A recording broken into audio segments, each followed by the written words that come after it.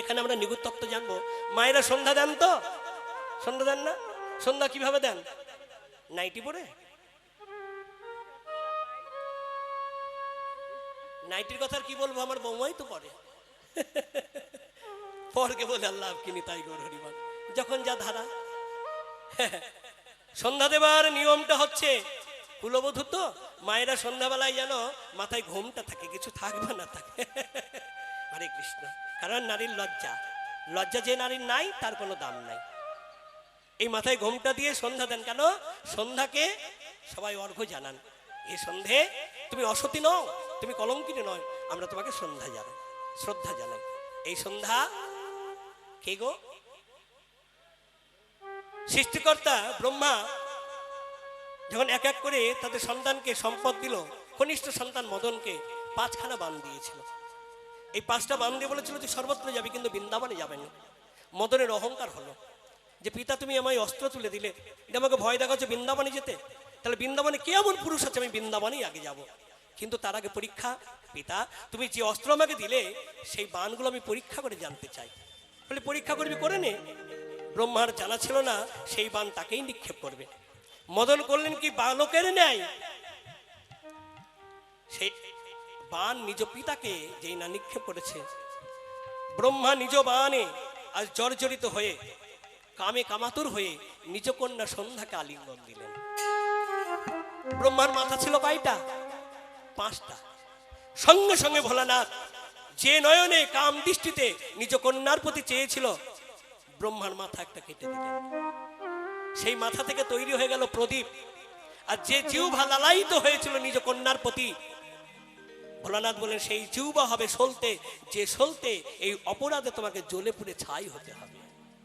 তাহলে জেনে নিলাম প্রদীপটা হলো ব্রহ্মার মাথা, আর সলতেটা হলো ব্রহ্মার জিহ্বা, যে অপরাধে আজ তাকে এইভাবে জ্বলে পুড়ে ছাই হতে হচ্ছে। তো ব্রহ্মা বলেছিল আমি আজকে কামাতুর হয়ে, কাম অন্ধে অন্ধ হয়ে, মা তোকে আমি চিনতে পারিনি, অপরাধ করেছি। আমি ঘোষণা করলাম জগতে তুই সবার কাছে পূজিত হয়ে, প্রতিটা নারীর কাছে তুই শ্রদ্ধার পাত্রী হয়ে বেঁচে থাকবি। তাই গৌর হরি হরি।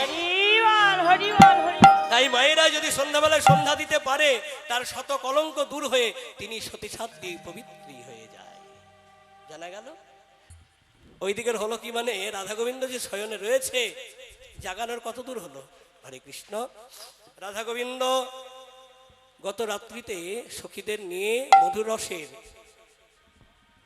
আশ্রিত হয়ে সেই রাসরস আস্বাদন করে পরিপূর্ণ পরিপুষ্টক রসিক হয়ে রসাস্বাদন করে দুটি তন মিলিত হয়ে আজকে নিধুবনে কেলিকুঞ্জে শয়নসজ্জা শায়িত আছে। আচ্ছা, রাধা গোবিন্দ যেখানেই গেছেন যুগল হয়ে দাঁড়িয়ে আছে, কিন্তু শয়ন কোনোদিন দেখেছেন? কিন্তু আজকে খুব ভাগ্য, অতি ভাগ্য যে রাধা শ্যাম দুজনে একত্রিত হয়ে নাগর নারকরীকে জড়িয়ে ধরে ঘুমিয়ে আছে। তাহলে এত সুন্দর শোভা এ তো ভাঙা যায় না, কিন্তু না ভাঙলেও তো হবে না, আবার নতুন রস আস্বাদন হবে কি করে? যে কারণে ভাঙতেও হবে, আবার গড়তেও হবে। তো এই ভাঙা গড়ার মন্ত্র জানে কে? বৃন্দাবনে যোগেশ্বরী যোগমায়া মা ভগবতী, একমাত্র তিনি। তাছাড়া ভাঙার মানুষ অনেক রয়েছে, কিন্তু গড়ার মানুষ মেলা ভার। দেখবেন ভাঙার জন্য আপনি সংসারে 4টে ছেলে নিয়ে এক হাঁড়িতে খাচ্ছেন, এমন একজন আপনার সংসারে ঢুকে গেল, 4টে হাঁড়ি করে ছেড়েছে এবং 4টে পাঁচির তুলে দিয়েছে আপনার এই উঠানে। তো ভাঙার মানুষ অনেক রয়েছে, কিন্তু গড়ার মানুষ মেলা ভার।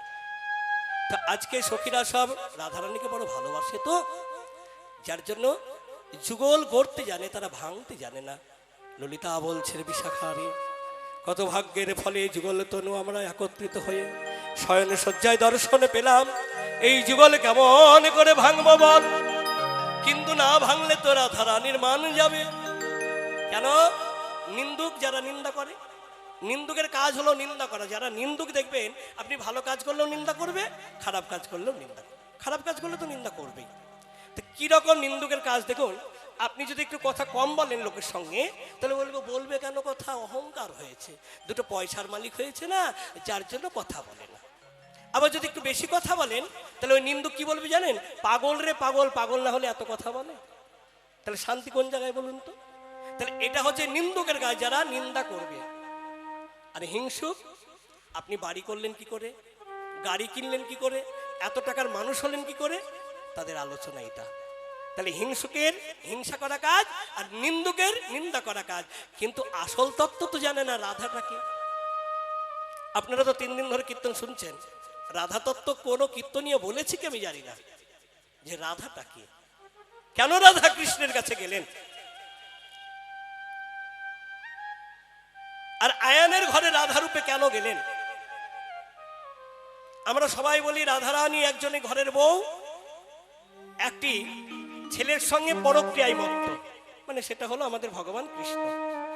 মানে রাধারানী নিয়ে অনেক কেচ্ছা কয় আমরা, রাধারানী কলঙ্কের কথা বলি, কিন্তু রাধাটাকে এইটা আমরা জানি না। একটু ছোট্ট করে জেনে নেব রাধাটা কি, কেন আয়নের ঘরে গেলেন, আয়নের ঘরে যাবার কারণটা কি।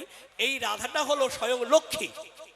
লক্ষ্মী রাধা হবার কারণ, এই আয়ান ছিল পূর্ব জন্মে অভিমন্যু ঋষি। অভিমন্যু ঋষি এমন ভাবে তপস্যা শুরু করে দিলেন, ভগবান থাকতে পারলো না, ছুটে এলো ঋষিবর, আপনার ঘোর তপস্যায় আমি সন্তুষ্ট হয়েছি, বলুন আপনি কি চান।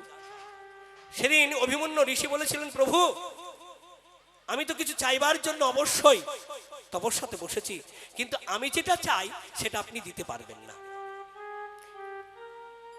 ভক্তের মনের কথা ভগবান জানতে না পেরে অহংকারে বলে বসলো, ভগবানেরও অহংকার আছে, অহংকারে বলে বসলো যে আমি একটি রাজা, ত্রিভুবনের রাজা, যার ঘরে কিছুর অভাব নেই, আর আমি আপনাকে দিতে পারবো না, তাই কখনো হয়।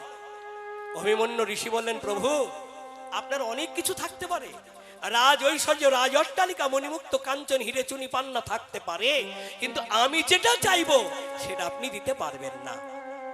ভগবান এত দূরের কথা না ভেবে বললেন, আমি কথা দিচ্ছি আপনি আমার কাছে যা চাইবেন আমি দেব দেব দেব। এই অঙ্গীকার করলো, ত্রিসত্যবদ্ধ হলো। অভিমন্যু ঋষি বললেন, তাহলে দেন কি, আপনার স্ত্রীকে আমার দরকার, আপনার স্ত্রীকে আমি চাই, অর্থাৎ ওই লক্ষ্মীকে আমার দরকার, লক্ষ্মীকে আমার দরকার, লক্ষ্মীকে চাই। ভগবান তো বিপদে পড়ে গেল, বলে আমার রাজ্যে কোনো কিছুর অভাব নেই, এত ধন রত্ন মণিমুক্ত কাঞ্চন হিরে চুনি পান্না থাকতে শেষমেশ আমার নিজ স্ত্রী। বলে, প্রভু আমি তো আগেই বলেছিলাম আপনি দিতে পারবেন, দিতে হবে না, আপনি চলে যান, কিন্তু জগতে ঘোষণা হবে আপনি মিথ্যাবাদী, আপনার কলঙ্ক হবে, আপনাকে কেউ আর ডাকবে না। কথা দিয়ে যদি কথা না রাখে, তাকে কেউ ডাকে। ভগবান তো বিপদে পড়ে গেল। দেখুন ভগবানেরও বিপদ হয়, হ্যাঁ ভগবানেরও বিপদ হয়। যেমন ব্রহ্মা বিষ্ণু মহেশ্বর 3 জনে অনুসয়া মায়ের কাছে এসেছিল, কি চেয়েছিল, সেবা চেয়েছিল। কি সেবা, তুমি বিবস্ত্র হয়ে যদি আমাদেরকে সেবা দিতে পারো তবেই তোমার গৃহে সেবা করব। তো এইখানেই দেখিয়ে দিয়েছিল ভগবানের শক্তি না ভক্তের শক্তি। সেদিন কি হয়েছিল জানেন, এই অনুসয়া এত সতী সাধ্বী ছিল, এই ব্রহ্মা বিষ্ণুকে জব্দ করে ছেড়েছিল। ওং পতি পরমেশ্বরাই নম বলে যেই না পুষ্পতে সেই গঙ্গাবাড়ি নিয়ে তাদের গায়ে ছিটিয়ে দিল, তারা 6 মাসে শিশু সন্তান হয়ে গেল। 6 মাসে শিশু সন্তান হয়ে গেলে তিনি হয়ে গেলেন মাতৃসম। সেবা কি দিয়েছিল, নিজ দুগ্ধ সেবা দিয়েছিল বিবস্ত্রা হয়ে। ভগবান বিপদে পড়ে গেল, শিশু সম হয়েছে, দোলনায় দোল খাচ্ছে। পার্বতী লক্ষ্মী তারা তো বলছে, আমাদের প্রভু গেল কোথায়, খুঁজতে খুঁজতে অনুসয়ার বাড়িতে। বলে, আমাদের স্বামীকে ফিরিয়ে দাও। বলে, ওইখানে শুয়ে আছে, যার যেটা খুঁজে নাও। একজনকে চেনা যাচ্ছে, কাকে, ওই যে ভুড়ি মোটা মহেশ্বর, তাকে চেনা যাচ্ছে। আর এই 2 জনকে চেনা যাচ্ছে। বলছে, তোমরা চিনে নাও। বলছে, ওগো মা, তোমার কাছে আমরা পরাজিত, তুমি একবার চিনিয়ে দাও। আবার ওং পতি পরমেশ্বরাই নম বলে সেই সতী নারী যেই না জল ছিটিয়ে দিলে, ব্রহ্মা বিষ্ণু মহেশ্বর আবার তারা প্রকৃত রূপে দাঁড়ায়। নিতাই গৌর হরি হরি হরিবল হরিবল হরিবল। এখানে জানিয়ে দিলেন যে ভক্তের শক্তি বেশি, ভগবানের নয়। হ্যাঁ, তাই আজ অভিমন্যু ঋষি বললেন, আপনার স্ত্রীকে দরকার, স্ত্রীকে দেন। ভগবান তো বিপদে পড়ে গেল, বলে এখন নয়, আগত দাপর যুগে আমার লক্ষ্মী রাধা হয়ে আপনার ঘরে যাবে, আপনি হবেন সেদিন আয়ান ঘোষ, কিন্তু নপুংসক হয়ে জন্মাবেন। নপুংসক মানে হিজড়া। বৃন্দাবনে আপনি নপুংসক হয়ে জন্মাবেন, আমার লক্ষ্মী রাধা হয়ে আপনার ঘরে যাবে। কিন্তু হে ঋষি, ওই রাধার জন্য আমার যখন মন কাঁদবে, আমি কৃষ্ণ হয়ে বৃন্দাবনে যাব, তো তখন ওই রাধাটাকে আমাকে একটু মিলিয়ে দেবেন। দেখুন, যার ধন তিনি আজকে ভিখারি, এ তো সত্য। এই সংসারে যিনি পিতা হয়েছে, তার রাজদরবার, অট্টালিকা, ধন ঐশ্বর্য ছেলের হাতে তুলে দিয়ে যেমন বলে, খোকারে চা পানের জন্য যখন 20টা টাকার প্রয়োজন হবে তখন দিস বাবা, ঠিক তত্ত্ব। ভগবান ভক্তকে এতটাই ভালোবাসে, ভক্তের হাতে নিজ শক্তি তুলে দিয়ে আজকে ভক্তের কাছে ভিখারি হয়ে দাঁড়িয়েছে ভগবান। নিতাই গৌর হরি হরি। এটা তো সবাই জানে না, সবাই জানে কলঙ্কিনী রাধা কৃষ্ণের সঙ্গে প্রেমে মগ্ন, কিন্তু তা নয়। তো শুয়ে আছে, চারিদিক পরিষ্কার হয়ে গেছে, সখীরা কুঞ্জ ঘিরে ঘিরে পাহারা দিচ্ছে। 10 দিশ নিরমল হেল পরকায়া, 10 দিশ নিরমল হেল পরকায়া। ওগো সখীগণে মনে বড় উঠাল তারা, সখীগণের মনে বড় উঠিল তারা। আমরে কোকিলা ডাকে কদমে ময়ূর, আমরে কোকিলা কদমে ময়ূর। দারিম্বে বসিয়া কি কহে মধুর, দারিমে বসিয়া কি কহে মধুর। তারা মধুর মধুর মধুর বলে, তারা মধুর মধুর মধুর বলে। এ কথা মধুর মধুর মধুর বলে, মধুর মধুর মধুর কথা শুনতেও মধুর, বলতেও মধুর, কথা বলতেও মধুর, শুনতেও মধুর। সেই কথাটা কোন কথা? সেটা হলো একমাত্র কৃষ্ণ কথা। যে কথার উপরে কোনো কথা নাই। কথা হলো 3 প্রকার: আ কথা, কুকথা আর সুকথা। সুকথা হলো কৃষ্ণ কথা, আর আ কথা যে কথার কোনো দাম নেই। কার ছেলে জুয়ারি, কার গার্জেন মাতাল, কার বউ পালিয়ে গেল, এগুলো আ কথা। আর কুকথা বুঝতেই পারছেন, যে কথা সমাজে বলা যায় না। মধুর মধুর মধুর মধুর মধুর মধুর কথা বলতেও ভালো, শুনতেও ভালো, এ যে হলো কৃষ্ণ কথা। শুনতে ভালো শুনতে ভালো। ও গো, এ যে হলো কৃষ্ণ কথা। হরি হরি বল। এ যে হলো কৃষ্ণ কথা। গাইতে ভালো মধুর মধুর মধুর কথা। এই যে 7 দিন 7 রাত্রি ধরে কৃষ্ণ নাম শুনছেন, কখনো অরুচি হয়েছে? তাহলে সব থেকে মধুর কথা হলো কৃষ্ণ কথা। আর যতই পরের কথা, পর নিন্দা, পর আলোচনা যতই করেন না কেন, 1 ঘন্টা 2 ঘন্টা খুব ভালো লাগবে, তারপরে এমন অরুচি জাগবে আর ভালো লাগবে না। তাহলে সব থেকে মধুর কথা হলো কৃষ্ণ কথা, যে কথা শুনতেও ভালো, বলতেও ভালো।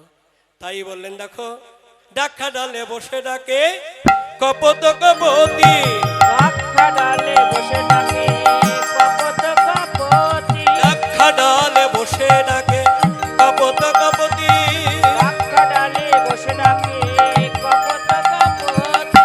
তারা গণ শোনে লুকায়ে তারাপতি, তারা গণশনে লোকায়ে তারাপতি। তারা গণ শোনে লুকায়ে তারাপতি। তারা গণশনে লোকায়ে তারাপতি। ওমা কপতি, কপতি রাধারানীর কপতি, রাধারানীর কপতি। রাধারানীর কপতি, রাধারানীর কপতি। কপতি। কপতি। রাধারানী কটা পতি গো? একটা ঘরে আবার একটা বনে। শুধু রাধারানীর 2টো পতি না, প্রত্যেক মায়ের 2টো করে পতি আছে। বলে বাসুদেব বলো কি, তুমি কি আমাদের সংসারে ভাত ছাড়াবে নাকি? আমরা যদি কাউকে গোপনে ভালোবাসি, সে কথা প্রকাশ করছো কেন? নিতাই গৌর হরি বল। প্রত্যেক মায়ের 2টো করে পতি আছে। একটা পতি হলো ঘরের দেহপতি, সাজানো পতি, আর একটা হলো পরমপতি, অনাদি আদি গোবিন্দ সর্বকারণের। তা রাধারানীর 2টো পতি, একটা বাইরের পতি, একটা ঘরের পতি। পরমপতি হলো আমার গোবিন্দ। তাকে কেউ যদি ভালোবাসতে পারে, সে সবার কাছে শ্রদ্ধা নিয়ে শ্রদ্ধেয় পাত্র পাত্রী হয়ে বেঁচে থাকবে, তার কখনো অসম্মান হবে না। আগে ভালোবাসতে শেখো।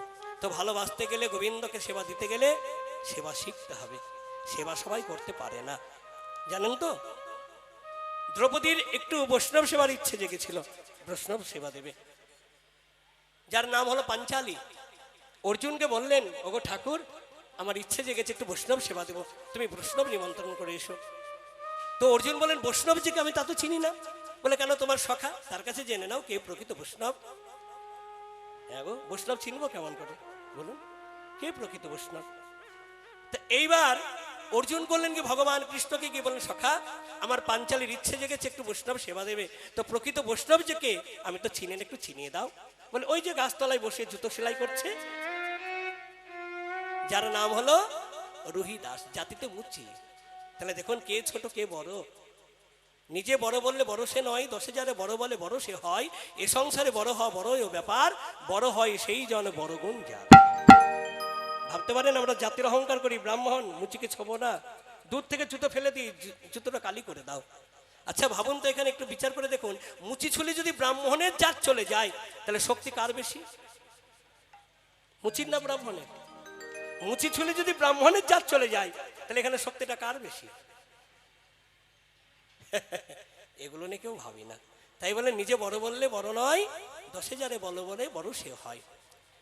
হ্যাঁ, মুচি হয়ে সূচি হয় যদি কৃষ্ণ ভজে, আর সূচি হয়ে মুচি হয় যদি কৃষ্ণ ত্যাজে। বলে, ওই গাছতলায় বসে আছে জুতো সেলাই করছে, যাও গিয়ে বলে, বৈষ্ণব ঠাকুর, আমার পাঞ্চালীর ইচ্ছে একটু সেবা দেবে, আপনি সেবার নিমন্ত্রণ গ্রহণ করুন। বলে, সেবা যে দেবে, তো সেবার বাবার নাম কি জানো? বলে, তা তো জানি না। তো জেনে আসো, যদি বলতে পারো তবেই গ্রহণ করব। কৃষ্ণকে গিয়ে বললেন, সখা, তুমি এমন জনের কাছে পাঠিয়েছো, আমাকে প্রশ্ন করেছে সেবার বাবার নাম কি, সেটা তো জানি না। কৃষ্ণ বললেন, তুমি গিয়ে বলো সেবার বাবার নাম হলো শক্তি। যার যেমন শক্তি সে তেমন আয়োজন করে। হ্যাঁ, যার যেমন শক্তি সে তেমন আয়োজন করে। কেউ নানান কিছু, হ্যাঁ, ভালো জোগাড় করে সেবা দেন, কেউ খুদ অন্ন দিয়ে সেবা দেন। বলেন, বেশ, সেবার বাবার নাম হলো শক্তি, জেনে নিলাম। এবার শক্তির বাবার নাম কি বলো? বলে, সেটা তো জানি না, আবার জেনে এসো। কৃষ্ণের কাছে গেল, কৃষ্ণ বললেন, যাও গিয়ে বলো শক্তির বাবার নাম হলো ভক্তি। আপনি যত কিছুই আয়োজন করুন না কেন, সেখানে যদি ভক্তি না থাকে, আপনি কখনো সেই সেবায় মুক্তি পেতে পারেন না। নিতাই গৌর হরি হরি। রাজভোগ রাজ অট্টালিকা দিয়ে সেবা দিলেই যে আপনি গোবিন্দকে পাবেন তা নয়। তাই যদি হতো, দুর্যোধনের বাড়ির রাজভোগ ছেড়ে দিয়ে বিদুরের ঘরে গিয়ে ভগবান কখনো কলার খোসা খেত না, জানেন। পরাশরী কলার শ্বাসটা ফেলে দিয়ে চুকাটা কৃষ্ণ মুখে তুলে দিয়েছিল। কৃষ্ণকে এতটাই ভালোবাসত। কৃষ্ণ এসেছিস, আই বাবা। কলা ছাড়াতে ছাড়াতে শ্বাসটা ফেলে দিয়েছে। এত বড় কৃষ্ণ অনুরাগী, কৃষ্ণের বদনটা চাইতে চাইতে কখন যে শ্বাসটা ফেলে দিয়েছে তার কোনো লক্ষ্য নেই। লক্ষ্য হলো কৃষ্ণ, একটাই জীবনে লক্ষ্য হলো কৃষ্ণ। কৃষ্ণের মুখে চুকা তুলে দিচ্ছে। আর কৃষ্ণ ভক্ত প্রেমে এত পাগল, মনের আনন্দে চুকা সেবা করছে। বিদুর এসে বললেন, কি করছো তুমি? যার বদনে ক্ষীর ছানা মাখন মিষ্টি মিষ্টান্ন তুলে দেয়, তার মুখে তুমি কলার চোকা তুলে দিচ্ছ। স্বামী, আমি না হয় কৃষ্ণ অনুরাগী হয়ে কৃষ্ণ এসেছে বলে আজকে আমি শ্বাস ছেড়ে দিয়ে চুকা দিচ্ছি, কিন্তু তুমি কি কম? যে কৃষ্ণের নাম শুনে বসনখানা পড়তে ভুলে যায়, শত শত ছিদ্র বসনখানা নিংড়াতে নিংড়াতে বিদুর বাড়িতে এসে নগ্ন হয়ে কৃষ্ণের সামনে, এত অনুরাগ। তো বিদুর সেদিন বলেছিল, কৃষ্ণ, আমি তোর সামনে নগ্ন হয়ে অপরাধ অন্যায় করেছি, কিন্তু এটা তো মিথ্যা নয়। পৃথিবীতে কোনো জীব যখন জন্মায়, সে 10 তলাতে হোক 20 তলাতে হোক, সে তো ন্যাংটা হয়েই জন্মায়। আবার যাবার সময় 20 তলা ছেড়ে যাবার সময় তাকে ন্যাংটা হয়েই চলে যেতে হয়। তাহলে আসা যাওয়ার পথটা হলো ন্যাংটা, নগ্ন, উলঙ্গ, মাঝখানে যত আশাক পোশাক বেশভূষা। তো কৃষ্ণ রে, এই অহংকারের আশাক পোশাক আমি তোর চরণে অর্পণ করে দিলাম। আমি শুধু এই নগ্ন হয়ে তোর চরণ সেবা করতে পারি। চরণ সেবা করিতে পারি, চরণ সেবা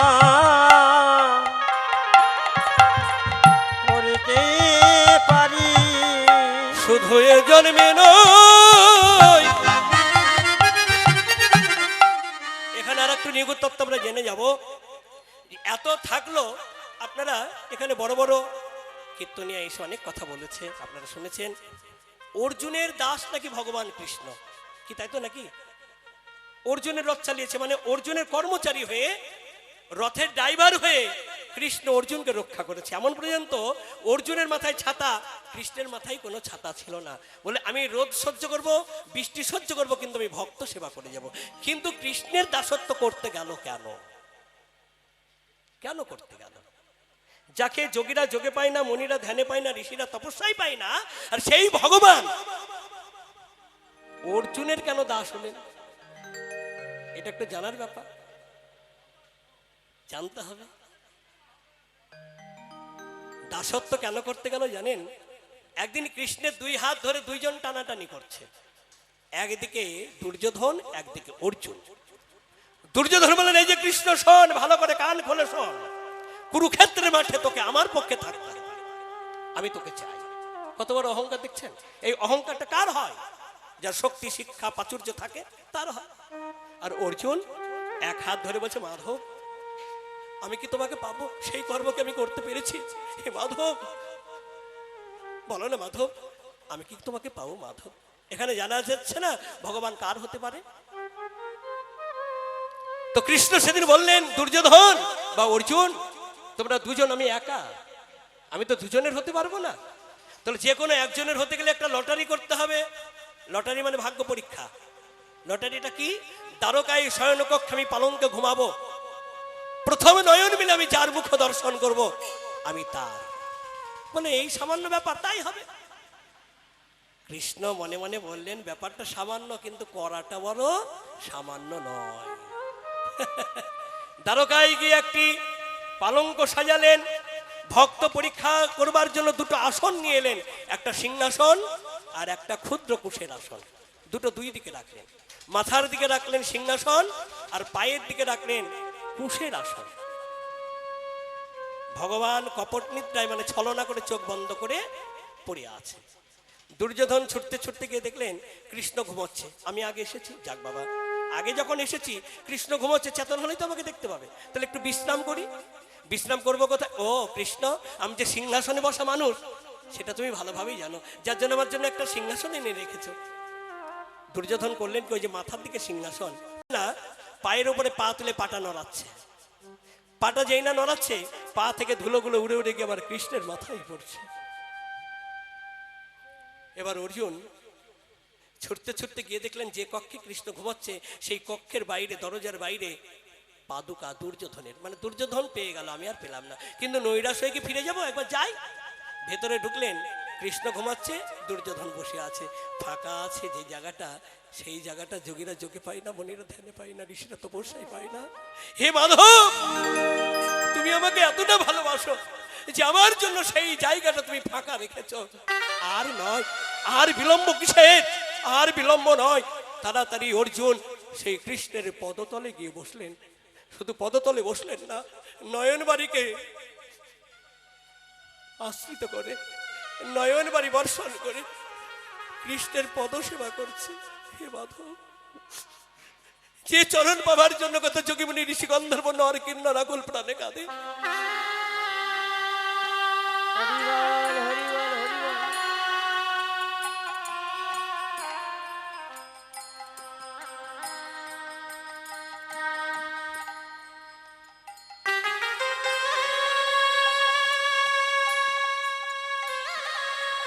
যে চরণ পাবার জন্য কত যোগীমুনি ঋষি গন্ধর্ব নর কিন্নর দেবগণ পর্যন্ত কাঁদে, সেই চরণে যখন একটিবার আমার দিকে এগিয়ে দিয়েছে, হে মাধব কথা দাও, তুমি এই চরণে যেন আমার কাছ থেকে কোনোদিন কেড়ে নেবে না। কেড়ে নিবি না, আমার যে কুলে জন্ম হোক না কেন, হোকে না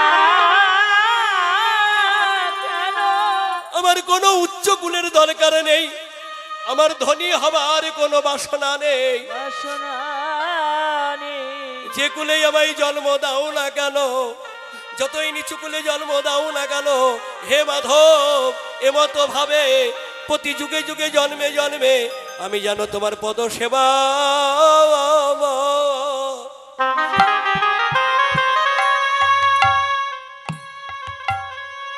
পদ সেবা করিতে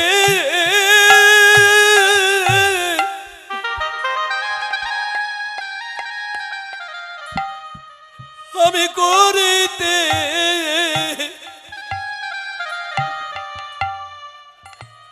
করিতে পারি আমি পদ সেবা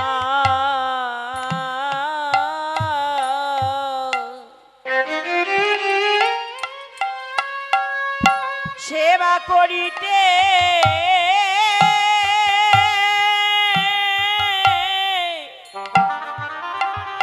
করিতে পারি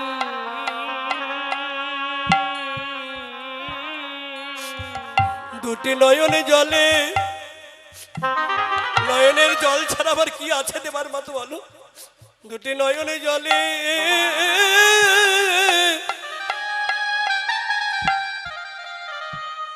আমি ভেসে ভেসে ভেসে জানো তোমার পদ সেবা আমি করিতে করিতে পারি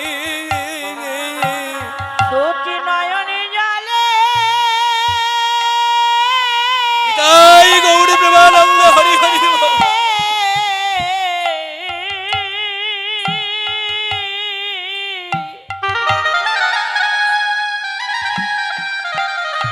ও গো ভেসে ভেসে আমায় যে কুলে জন্ম দাও না কেন তোমার পদ সেবা করিতে পারি ওগো এ জন্মে নয় প্রতি জন্মে জন্মে তোমার পদ সেবা করিতে পারি যে কুলে জন্ম দাও না কেন তোমার পদ সেবা করিতে পারি ওগো যে কুলে জন্ম দাও না কেন তোমার পদ সেবা করতে পারি যে কুলে জন্ম দাও না কেন পদ সেবা করতে পারি কোনে জন্ম দাও না কেন পদ সেবা করিতে পারি যেন তোমার পদ সেবা করিতে পারি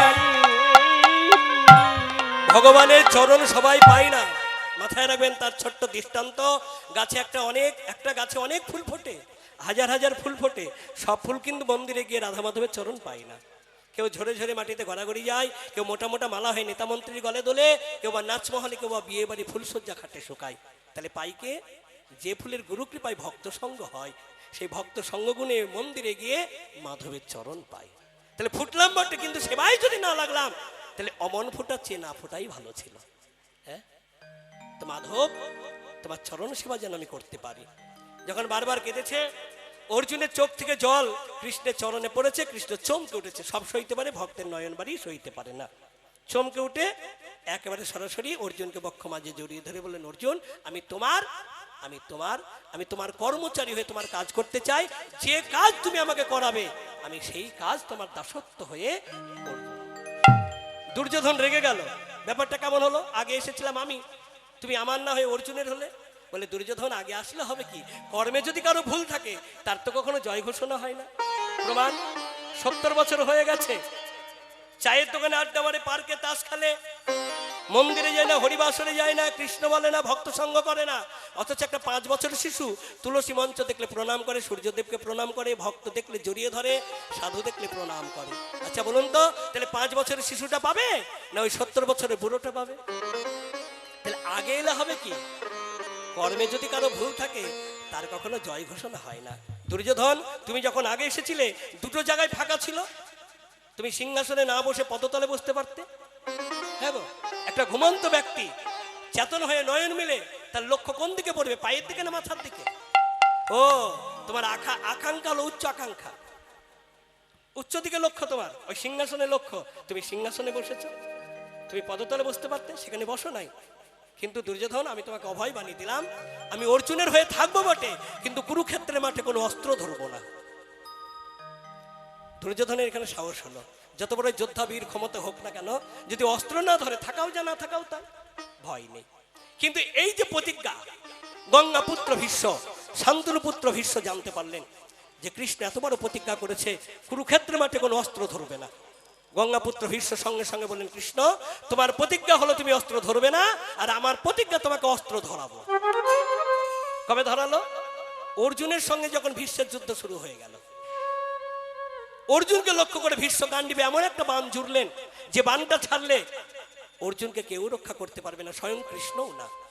সেই দিন ওই ভীষ্মের হাত থেকে বাঁচানোর জন্য কৃষ্ণ তার প্রতিজ্ঞা ভুলে গিয়ে কোনো অস্ত্র না পেয়ে রথের চাকা খুলে দাঁড়িয়ে গেল ভীষ্মকে মারবার জন্য। দেখবেন মহাভারতের প্রথম পাতাতেই আছে। ভীষ্ম সঙ্গে সঙ্গে ধনুক বাণ অর্জুনের পদতলে অর্পণ করে দিয়ে বললেন, কৃষ্ণ, তোমার প্রতিজ্ঞা ছিল তুমি অস্ত্র ধরবে না, আর আমার প্রতিজ্ঞা ছিল অস্ত্র ধরাবো। আমার প্রতিজ্ঞা আমি রাখতে পেরেছি, তোমাকে পরাজিত করেছি, তোমাকে হার মানিয়েছি। কৃষ্ণ কৃষ্ণ মৃদু হেসে বলেন, দাদু গো, কখনো কখনো হেরেও আনন্দ পাওয়া যায়, কখনো হারলে আনন্দ হয়। বলুন তো, যদি পিতা পুত্রে খেলা হয়, পুত্রের কাছে যদি বাবা হেরে যায়, বাবার খুব আনন্দ হয়। আমার ছেলে খেলোয়াড় বড় হয়েছে, এ তো আমারই আনন্দ। তো দাদু, এটা আমার হার নয়, এটা আমার জিত। এইরকম হার প্রতি জন্ম জন্মান্তরে যেন ভক্তের কাছে আমি হেরে থাকতে পারি। হরি হরি। তাহলে জানা গেল যে ভগবান কৃষ্ণ অর্জুনের কেন সেবা করতে গেল, আদায় করে নিয়েছিল। ভগবানকে পেতে গেলে কর্ম শিখতে হবে, চায়ের দোকানে আড্ডা মারলে হবে না, এর কথা ওর কথা বললে হবে না। যতটুকু পারবে নিজের জন্য তুমি নির্জনে বসে কৃষ্ণ কথা বলো, এই কৃষ্ণ নিয়ে যাবে সেই কৃষ্ণের কাছে। এই কৃষ্ণ নয় রে ভাই, আর এক কৃষ্ণ আছে, আর সেই কৃষ্ণ নিয়ে যাবে তোমার সেই কৃষ্ণের কাছে। হরি হরি। তাই হে রাধে, আর ঘুমিয়ে থেকো না, জাগো জাগো হো বিশু, ভানু নন্দিনী মোহন মূরতি রাজে, মোহন মূরতি রাজে।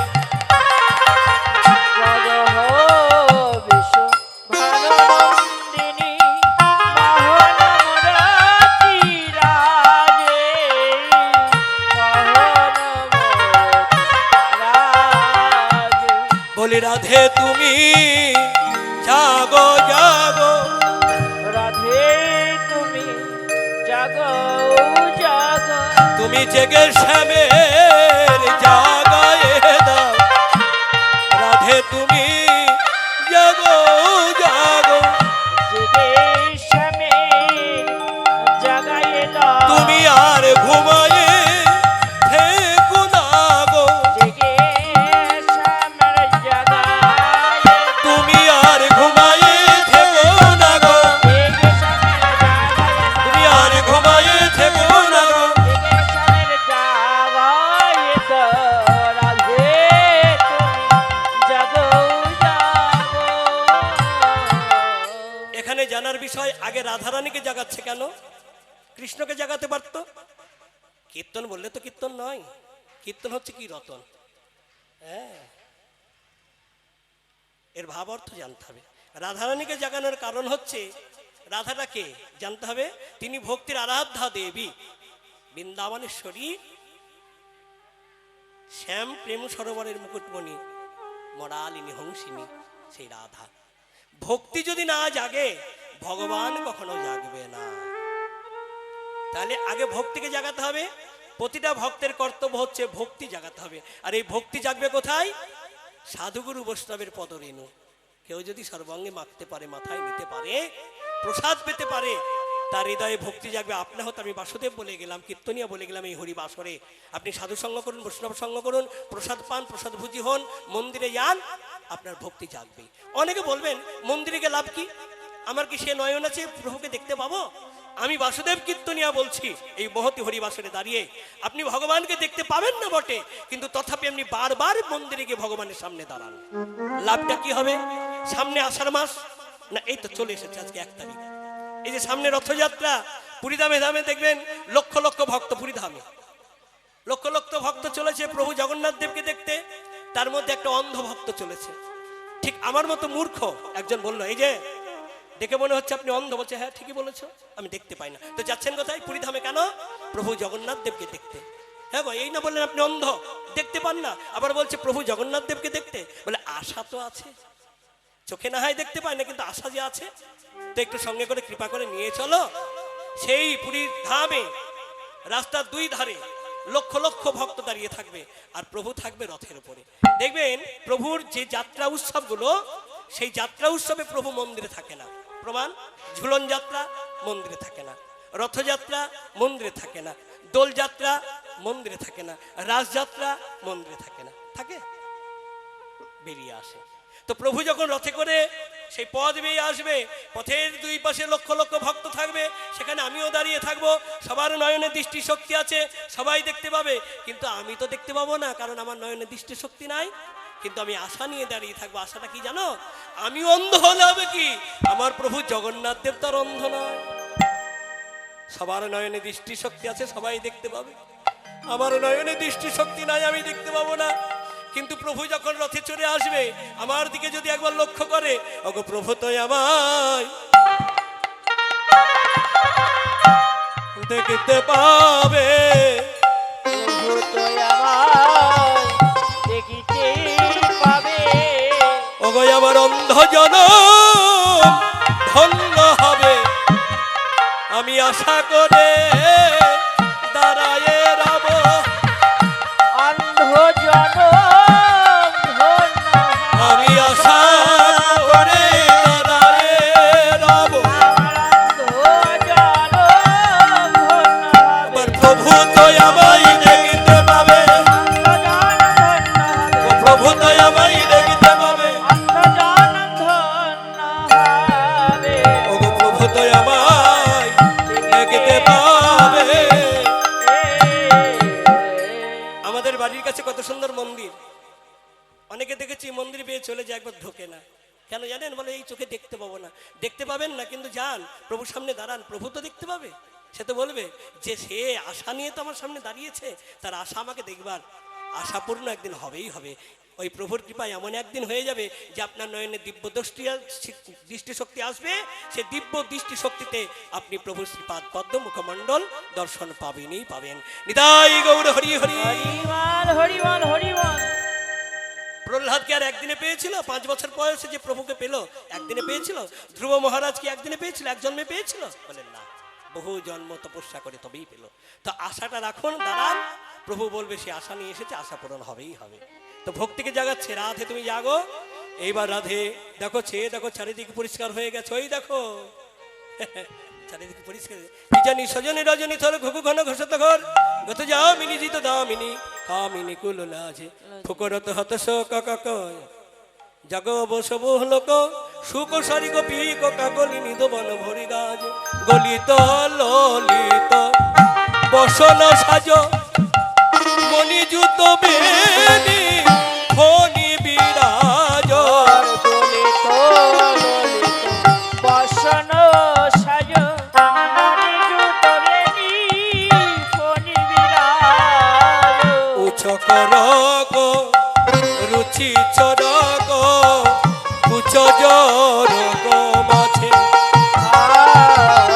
রুচু কোরাক রুচি চোরাক উচ্চ জোরাক মাঝে।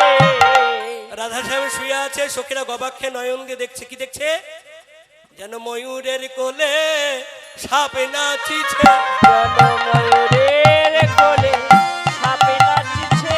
ও গো ময়ূরের কোলে, যে ময়ূর সাপকে দেখতে পাওয়া মাত্র গিলে খায়, সেই ময়ূরের কোলে সাপ নৃত্য করছে।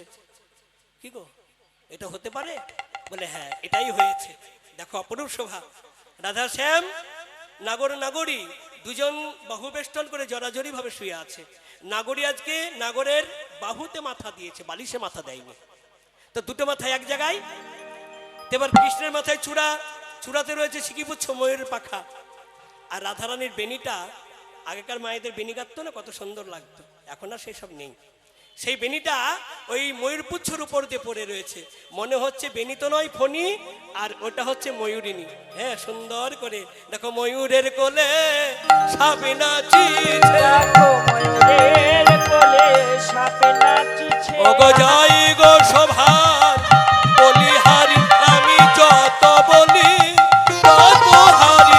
ওগো যাই গো সভার বলে হারি। আমি যত বলি তত হারি। ওগো যাই গো সভার বলিহারি। যত বলি তত হারি। যাই গো হরি হরি। বলিহারি। যত বলি তত হারি। যাই গো সভার বলিহারি। ময়ূরের কোলে সাপে নাচিছে। তরিত জরিত জলদ ভাতি দুহে সুখী সুতির হল মাতি, যিনি ভাদর রস বাদর পরম আদর সেজে। তরিত, তরিত মানে বিদ্যুৎ। কালিয়াবর্ণ মেঘ, আকাশে যখন মেঘের ঘটা, মেঘের সঞ্চয় হয়, কালিয়াবর্ণ মেঘ যখন গর্জন করে, বিদ্যুৎ কি করে? চমক দেন না? চমক দেন, বিচলিত। কিন্তু মেঘ আর বিদ্যুৎকে কোনোদিন স্থিরভাবে দেখেছেন এক জায়গায়? যেমন মেঘ গর্জন করে, বিদ্যুৎ তেমন চমকায়। কিন্তু আজকে দেখুন মেঘ বিদ্যুৎ এক জায়গায় স্থিরতা ভাবে শুয়ে আছে, সুখ নিদ্রায় নিদ্রিত। বিদ্যুৎ হচ্ছে রাধারানী আর মেঘ হচ্ছে গোবিন্দ, দুজন দুজনকে জড়িয়ে ধরে ঘুমিয়ে আছে। এই নিদ্রা কি ভাঙে? পরীক্ষা করতে লোকে সৃষ্টিকর্তা ব্রহ্মার পুত্র মদন তো এসেছে। দুজন দেখে বান নিক্ষেপ করছে, কিন্তু রাধারানী এক এক করে 5টা রসে 5টা বান মিশিয়ে নিল। মদন শূন্য হয়ে গেল। সর্বধর্ম পরিত্যাজং মামেকং শরণং ব্রজ। মদন রে, যে সর্ব অপরাধ করে ব্রজে এসে গড়াগড়ি দেয়, তার পাপ খণ্ডন হয়। আর তুই ব্রজে এসে অপরাধ করলি, মাথায় রাখবি, অজ্ঞানী পাপ করলে জ্ঞানীদের কাছে গেলে মোচন হয়, জ্ঞানী পাপ করলে তীর্থে গেলে মোচন হয়, আর তীর্থে এসে পাপ করলে সে পাপের কোনো মোচন নাই। তোকে অভিশাপ দিলাম, তুই আজ থেকে শূন্য মদন, তুই নবীন মদন হয়ে যা।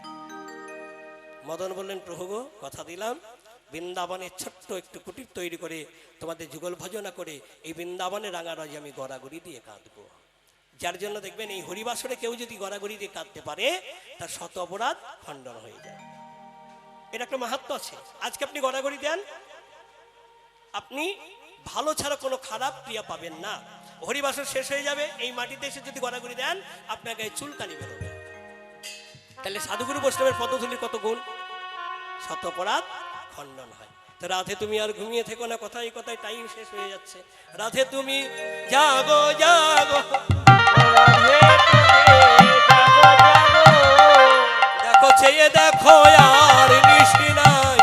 রাধে তুমি জাগো জাগো, দেখো আর নিশি নাই। ওগো জেগে শ্যামের জাগো এ দাও। দেখো আর নিশি নাই। তুমি জেগে শ্যামের জাগো এ দাও। দেখো আর নিশি নাই। তুমি জেগে শ্যামের জাগো এ দাও। দেখো আর নিশি নাই। এসনে জড়াই দাও। দেখো আর নিশি নাই। রাধে তুমি জাগো জাগো। রাধে জাগো। বিপদে পড়ল যুবতীবৃন্দ, গুরুজনগতিক অহবমন্দ, জগদানন্দ সরবী রস রসবতী রস রাজে। সখীরা সব দুঃখে কাতর হয়ে আজকে কাঁদছে। কেন? যে আজকে যুগল ভাঙতে হবে আমাদেরকে। এমন সময় কোন সখী বুদ্ধিমতী, তিনি বললেন, সখীরে, যদি আমরা না জাগিয়ে এই বনদেবতা কানন দেবীকে একটু আদেশ করি, সে যদি পক্ষীগণের কলরবে একবার জাগাতে পারে, তাহলে এক কাজ কর। নিধুবনের বনদেবতা কানন দেবীকে তারা অনুনয় বিনয় প্রার্থনা করলেন, হে বনদেবতা, তুমি একবার পক্ষীগণকে আদেশ করো, তারা একবার রাধাশ্যামকে জাগিয়ে দেখ। এবার করলেন কি জানেন? রাধা শ্যামকে জাগানোর জন্য আজকে বিনয়ীভাবে প্রার্থনা করছে। এই যে বিনয় ভাব, বিনয় করলে কি পাওয়া যায় আর উগ্র হলে কি পাওয়া যায় দেখুন প্রমাণ। একদিন একটা সাপকে একটা ব্যাঙ বলছে, ওরে সাপ তুই কি সোজা হয়ে চলতে পারিস না? কথাটা খুব শিক্ষণীয়, মাথায় রাখবেন, শুধু শুনে গেলে হবে না, ভেতরে রাখতে হবে। ব্যাঙ বলছে সাপকে, ওরে সাপ তুই কি সোজা হয়ে চলতে পারিস না? সাপের আত্মসম্মানে লেগেছে, একটা ক্ষুদ্র জীব হয়ে আমাকে এত বড় কথা বললো, আমি নাকি বাঁকা? হ্যাঁ, দেখাচ্ছি মজা।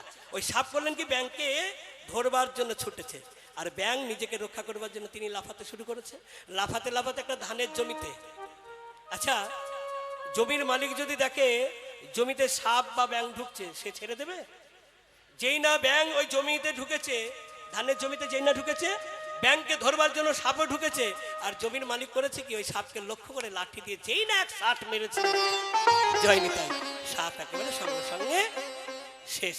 যেই না শেষ হয়ে গেছে, মারা গেছে, ওই জমির মালিক করেছে কি, সাপের লেজে দড়ি দিয়ে বেঁধে সাপকে ঝুলিয়ে দিয়েছে। আচ্ছা যখন সাপ ঝুলবে তখন কি আর বাঁকা হবে? সোজা হয়ে ঝুলছে। তখন ব্যাঙ তার সামনে গিয়ে বলছে, ওরে সাপ সেই তো সোজা হলি, কিন্তু বেঁচে থাকতে হলি না। নিতাই গৌর হরি হরি। তা আমাদের কর্ম হলো এটাই, যখন আমাদের শক্তি আছে চলার বলার দেবার নেবার, তখন কেউ মন্দিরে যায় না, সাধু সঙ্গ করি না, বৈষ্ণব সঙ্গ করি না, কৃষ্ণ বলি না। যখন বিছানায় রোগাগ্রস্ত হয়ে বসে থাকি, যে ছেলে মেয়ের জন্য এত অন্যায় করে লোককে ঠকে সংসারে দিয়েছি, তারা যখন আমাকে ঘৃণা করে, তখন বলি, হে গোবিন্দ তুমি ছাড়া কে আছে? আধার যাবি একাই আমি খুঁজি গো তোমার, হাত ধরে পারি করে নিও গো দয়া, হাত ধরে পারি করে নিও। আধার জমি একাই আমি খুঁজি গো তোমার, হাত ধরে পার করে নিও গো আমার দয়াল, হাত ধরে পার করে নিও গো আমার। পিতা মাতা ভগ্নী ভ্রাতা দুটি দিনের দেখা, শেষের দিনে স্বজন বিনে যেতে হয় একা। পিতা মাতা ভগিনী ভ্রাতা দুটি দিনের দেখা, শেষের দিনে সাজন বিনে যেতে হবে একা। সে উদ্দেশ্যে এই কুঞ্জ বর্ণন বা কুঞ্জ ভঙ্গ আপনারা সকলেই জানেন। আমার জ্যেষ্ঠ পুত্র আজকে আমাকে ছেড়ে অনেক দূরে চলে গেছে, সারা পৃথিবী খুঁজলেও আমি তাকে আর পাবো না। সে যদি আমার সন্তান হতো, আমার পুত্র হতো, তাহলে সে কি আমার আগে ছেড়ে, আমাকে ছেড়ে আমার আগে যেতে পারতো? আজ বাড়ি রয়েছে, বাবা রয়েছে, মা রয়েছে, ভাই রয়েছে, বোন রয়েছে, আত্মীয় স্বজন সবাই রয়েছে, নিজ স্ত্রী রয়েছে, কন্যা রয়েছে, কিন্তু আজকে সে নেই। ভাবতে পারেন এই সংসারে কে কার? দুটো দিনের জন্য কেউ কারো সন্তান, কেউ কারো স্বামী, কেউ কারো পিতা, কেউ কারো খুড়ো জেঠু দাদু, কাল পূর্ণ হলে সকলকে চলে যেতে হবে। পিতা মাতা ভগ্নী ভ্রাতা দুটো দিনের দেখা, এই দুটো দিনের জন্য এই পৃথিবীতে আমাদের আশা। সবাই আমরা সম্বন্ধ করে সংসারে অভিনয় করছি। যেদিন ছেলেটি আমাদের কাছ থেকে চলে যায়, আপনারা সকলেই জানেন আমি বাড়িতে ছিলাম না, ছিলাম আমি ভুটানে হরিবাসরে। কি রাধারানী কৃপা জানেন, হরিবাসরে রাধারানীর কৃপায় আমি ভুটানে যখন রাত্রি 10টা থেকে রাত্রি 2টো রূপ অনুরাগ গাইছিলাম ভগবান কৃষ্ণের, দিয়ে ওখান থেকে আর এক জায়গায় যাবো, ওখানে তো চেনে কীর্তন থাকে আমার, পরপর কীর্তন থাকে। আর এক জায়গায় যখন যাব, ঠিক 4:20 ঘটনা ঘটেছে, আমি 4:30 মধ্যেই খবরটা পেয়ে গেছি। এটা রাধারানীর কৃপা। সেই সময় যদি আমি খবর না পেতাম, তাহলে এসে ছেলের মুখটা বুঝে আমার ভাগ্যে আর হতো না দেখা। ঠিক দেখা আমার খবর হয়ে গেল। ডোমকল মেসেজ করেছে দৌলতাবাদ থানাকে, দৌলতাবাদ থানা। যাই হোক, রাধারানীর কৃপায় আমার নাম্বারটা ছিল আমার এক ছেলে ভাইপোর কাছে। সে আমাকে ফোন করে, কাকা তুমি যত দূরেই থাকো তাড়াতাড়ি চলে এসো, তোমার একটা দুর্ঘটনা ঘটে গেছে। সেখানকার ওই স্টেশন মাস্টার আমাকে সুন্দর করে ভিআইপি টিকিট বানিয়ে গাড়িতে তুলে দিলেন।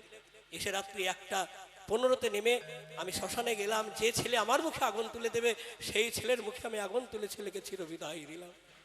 তাহলে ভাবুন তো, এই সংসারে কে কার? আজকে সব পড়ে আছে, আমাদের মধ্যে সেই আমার ছেলেটি নেই। কিন্তু সবই তো মেনে নিতে হবে। কিন্তু আমি ধৈর্য ধরেছি, একমাত্র হয়তো দুটো হরি কথা শিখেছিলাম, এই কীর্তন শিখেছিলাম বলে এই কীর্তনের মধ্যে থেকে আমি একটু কাটিয়ে দিতে পারি। কিন্তু ভোলা যায় পুত্র শোকের যে কি জ্বালা, এই জ্বালা স্বয়ং ভগবান রামচন্দ্র করে গেছে ত্রেতা যুগে। যখন রাবণ লক্ষণকে শক্তিশাল মারে, সেই শক্তিশাল রামচন্দ্র বিশ্বম্ভর মুক্তি ধারণ করে লক্ষণের বুক থেকে শক্তিশালকে বিতাড়িত করে দ্বিখণ্ডী করে, মানে 3টে খণ্ড করে ফেলে দিলেন। শক্তিশাল প্রভুর চরণে এসে বললেন, প্রভু গো, আমি ছিলাম রাবণের ঘরে, লক্ষণের কাছে আমায় আশ্রয় দিল, তুমি সেখান থেকে আমাকে তুলে ফেলে দিলে, এখন আমি যাব কোথায়? বলে 3টে জায়গায় তোকে জায়গা দিলাম। কোথায়? পুত্র হারা পিতার বুকে গিয়ে বাস কর। পুত্র শোকের যে কি জ্বালা, তার নাম হলো শক্তিশাল। আর একটা পতিহারা নারীর কাছে, তার বুকে গিয়ে, কোন নারীর আগে যদি স্বামী চলে যায়, সে মায়ের যে কি জ্বালা, পতি হারানোর জ্বালা যার হয়েছে সে ছাড়া জানে না। আর একটা কোন গুণধর ভাই যদি দাদার আগে চলে যায়, সেই ভাতৃ বিয়োগের যে কি জ্বালা যার হয়েছে সে ছাড়া কেউ জানে না। তো সংসারে কে কার বলুন তো? ত্রেতা যুগে রামচন্দ্র এই শক্তিশাল 3টে জায়গায় দিয়ে গেল। আজ পুত্র বিয়োগের যে কি জ্বালা যার হয়েছে সে ছাড়া জানে না। এই হরিবাসের দাঁড়িয়ে বলছি, এই জ্বালা যেন, আমার মতো জ্বালা যেন আর কারো জীবনে না আসে। হে রাধে, তুমি কৃপা করো। পিতা মাতা ভগিনী ভ্রাতা, দুটি দিনের দেখা, শেষের দিনে স্বজন বিনে যেতে হবে একা।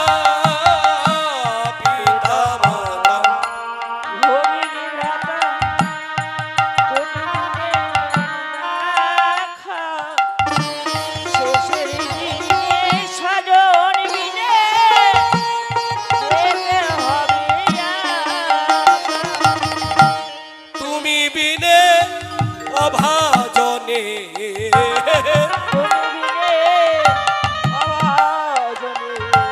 তুমি বিনে অভাজনে, কে তরিবে হাত ধরে পার করে নিও। আধার যাবি একাই আমি খুঁজি গো তোমার, হাত ধরে পার করে নিও। দেখা দাও, দেখা দাও, দেখা।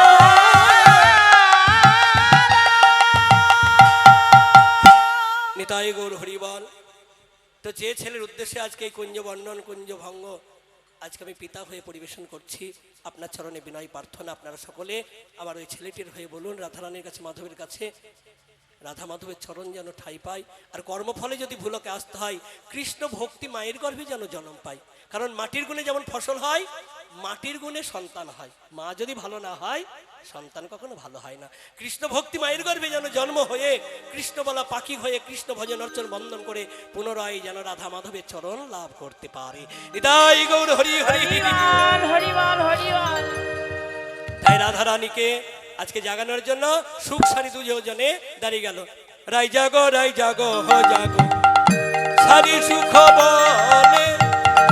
রাই জাগো, রাই জাগো, সারি সুখ বলে। ওগো কত নিদ্রা যাও গো রাধে কালো মানিকের কোলে। আর কত নিদ্রা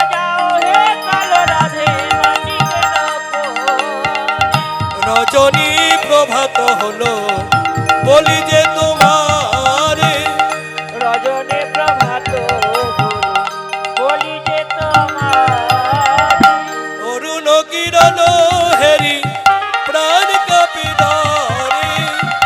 ওরে না কিরণ হেরি প্রাণ কাঁপে ধরে।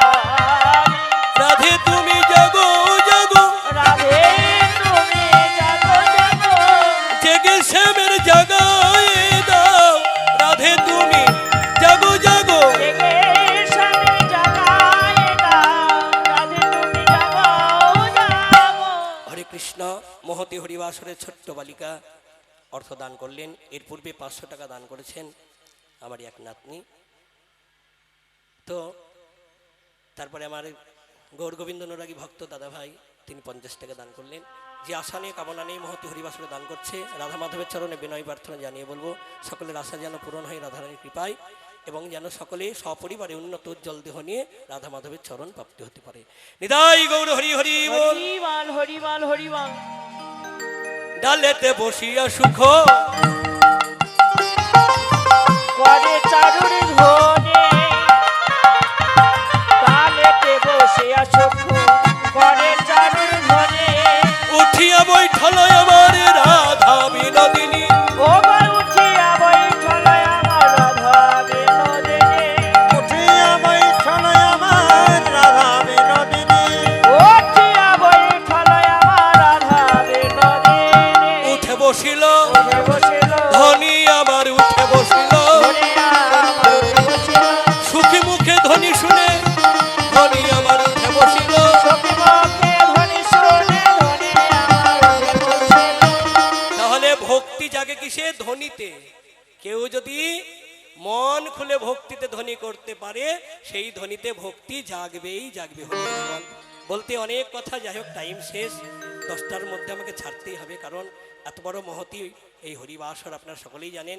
অনেক পরিশ্রমের ফলে কমিটি দাদারা দূর দিগন্তে নানান বাড়ি থেকে এই মাধুগিরি করে ভিক্ষা করে কর পেতে আজকে এই মহতি হরিবাসর সৃজন করেছে। আজকে আমার ভাঙার পালা।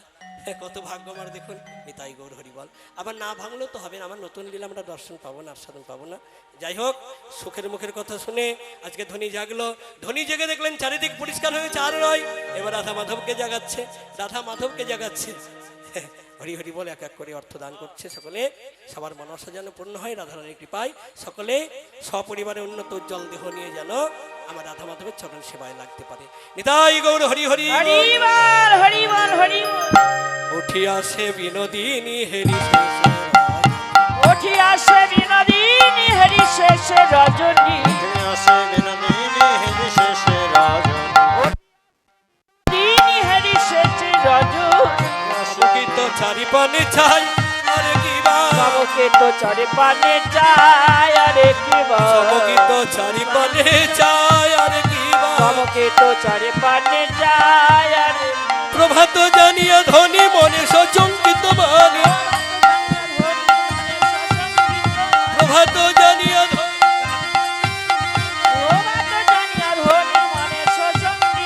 পদ চাপি বধুরে জাগা। ও গো পদ চাপি বধুরে জাগা। ওঠো হে না গোর বড় আলিস হরি। হে না গরবাণ পরিহর হে না গরবাণ আনিস পরিহর। ওঠায় না গণমান আলিস পরিহর। ঘুমে না হয়েছে তার বধু আমার। ভোগে না হওয়া চৈতন বধুয়া। ঘুমে না হয়েছে তার বধু আমার। বিষম গোকুলের লোকে হেন বলে যদি দেখে। বিষম গোকুলের লোকে হেন বলে যদি দেখে। কি বলিয়া বলিব বচন।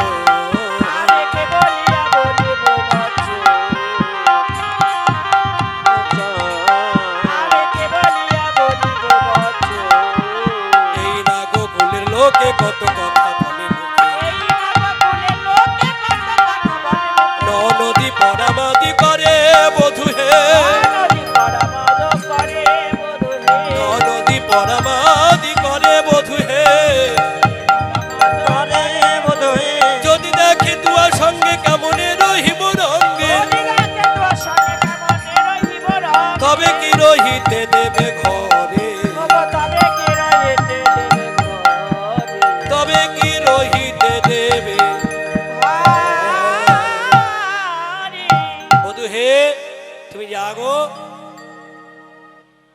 এবার আমার তুমি মান রক্ষা করো। নিতাই গৌর হরি বল। রাধারানীর এই আকুল প্রার্থনায় এবার নয়ন হতে জল বিগলিত হয়ে গোবিন্দ চরণে পড়েছে। আর যেই না নয়নের জল গোবিন্দ চরণে পড়েছে, গোবিন্দ আমার জাগরিত হলো। জাগরিত হয়ে বললেন, বধূ এবার আমাকে যেতে হবে। বলে, রাধে তোমাকে তো আমি ছাড়বো না। রাধারানী বললেন, তুমি আমাকে ছাড়বে না বটে, আমার মন প্রাণ জীবন জীবন সব তোমার চরণে থাকবে। তুমি দেহ বিদায়, দেহ বিদায়,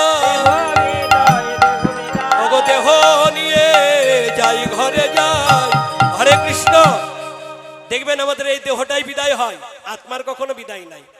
আত্মা অস্ত্র দিয়ে কাটা যায় না, রোদে শুকানো যায় না, জলে পচানো যায় না, আগুনে পোড়ানো যায় না। দেহটাই বারবার যে কুলে জন্ম নেন না কেন এই দেহটাই বিদায় হয়। তাই দেহ বিদায়, দেহ বিদায়, দেহ বিদায়, দেহ বিদায়, অগো দেহ নিয়ে যাই ঘরে যাই। ওহে আমার পরার বধূ, ওহে আমার পরাণ বধূ,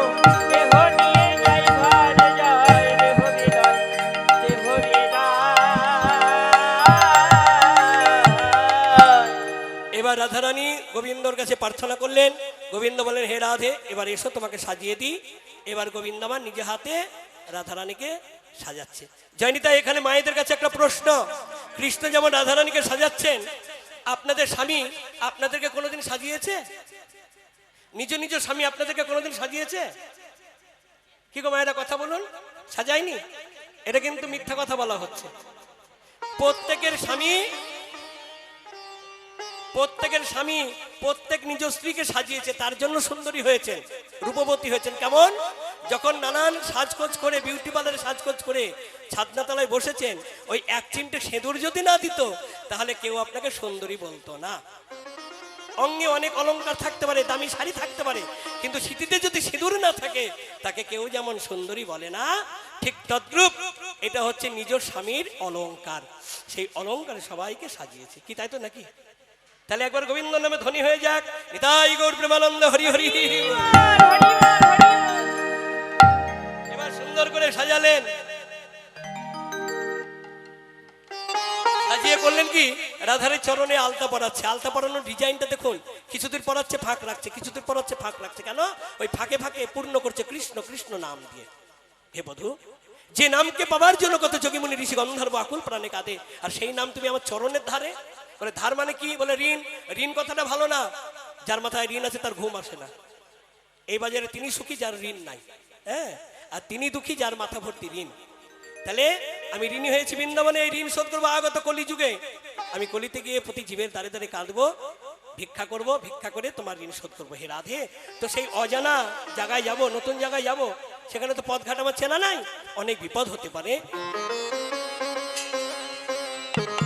হে রাধে, তোমার চরণে শরণ নিলাম, সেদিন যদি আমার বিপদ হয় তুমি কৃপা করে পার করে দিও।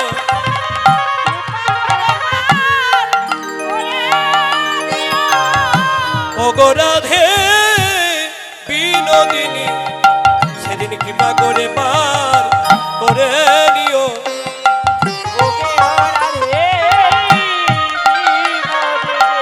তোমার চরণ ধরি বিনয় করি, তোমার চরণ ধরি বিনয় করি, তোমার চরণ ধরি বিনয় করি, তোমার চরণ ধরি বিনয় করি।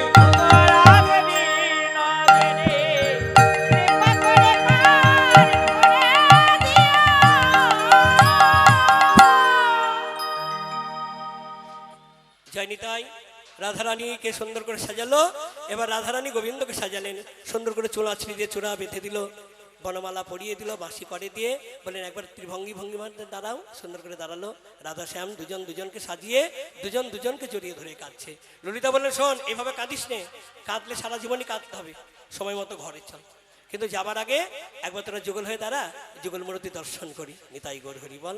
এবার সখীদের মনোবাসনা পূর্ণার্থে রাধারানী এবার গোবিন্দর বামে গিয়ে দাঁড়ালেন, সেই নিধুবনে কুঞ্জ মাঝে। জয়নিতাই আপনারা সকলেই জানেন যে টাইমের মধ্যে আমাকে সমাপ্ত করতে হবে। এরপরে ঢোলত রয়েছে, নরনারায়ণ সেবা রয়েছে, এই মহতি হরিবা আসর। তো আপনাদের চরণে আমার বিনয় প্রার্থনা,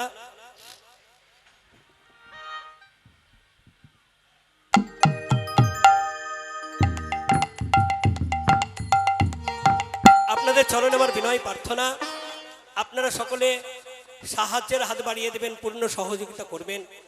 কমিটির দাদারা যেন আপনাদের সাহায্য সহযোগিতা নিয়ে এই মহতী হরিবর্ষের আরো উন্নত উজ্জ্বলভাবে গড়ে তুলতে পারে, সকলের কর্ণে কৃষ্ণ সুধারস পৌঁছে দিতে পারে, এই আশা প্রত্যাশা রেখে আমি মিলন গাইব। আর আপনাদের চরণে আমার আর একটা প্রার্থনা, আপনারা সকলেই জানেন আমার জ্যেষ্ঠ পুত্র কুবের চলে গেছে আমাদেরকে ছেড়ে, তার একমাত্র কন্যা নন্দিনী রয়েছে। নন্দিনীর হয়ে সবাই আশীর্বাদ করবেন, সে যেন সুন্দরভাবে তার জীবনটা গড়ে তুলতে পারে। সে যেখানেই থাক না কেন, সে তো আপনাদেরই, আমার যেমন নাতনি আপনাদেরও নাতনি, সবাই আশীর্বাদ করবেন তার জীবনটা যেন সুন্দর করে গড়ে তুলতে পারে। এটাই গৌর প্রেমানন্দে হরি হরি বল, হরি বল। এবার আপনারা সবাই ভালো থাকুন, সুস্থ থাকুন। এইবার রাধা মাধব যুগল হয়ে দাঁড়ালো। হ্যাঁ, রাই দাঁড়ালো রে, শ্যাম দাঁড়ালো রে, দুহার অঙ্গ ধরি